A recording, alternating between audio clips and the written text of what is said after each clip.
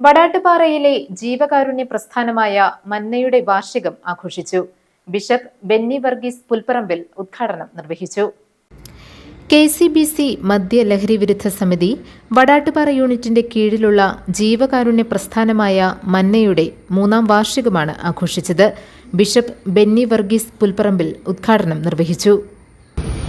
ഇന്ന് നാം ഇവിടെ കൂടിയിരിക്കുന്ന ഈ മന്നയുടെ 3ാം വാർഷികം ആഘോഷിക്കുമ്പോൾ എന്റെ മനസ്സിൽ വരുന്നത് അവിടെയും പല സ്ഥലങ്ങളിലും ഉണ്ട്. നമുക്കിങ്ങനെ നല്ല സൽപ്രവർത്തികൾ ചെയ്യുന്ന അനേകം മക്കളുണ്ട്.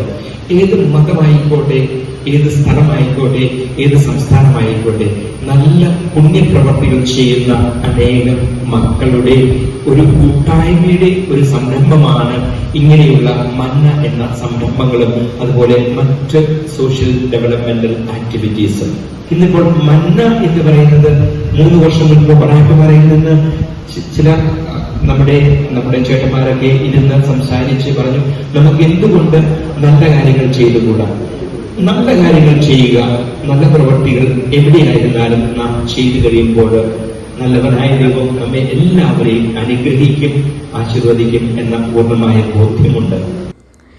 വടാട്ടുപാറ സെന്റ് മേരീസ് പള്ളി വികാരി ഫാദർ ജോർജ് പീച്ചാനിക്കുന്നിൽ അധ്യക്ഷത വഹിച്ച ചടങ്ങിൽ വിവിധ മേഖലകളിൽ മികവ് തെളിയിച്ച James Korambel, KV Ernest, sister Rani Maria, Eliyamma Paulose എന്നിവരെ ആദരിച്ചു.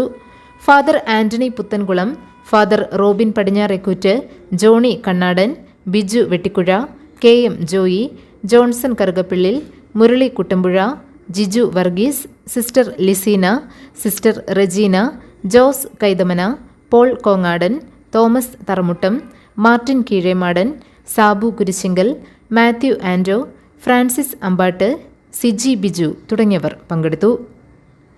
GTV news, Kothamangalam.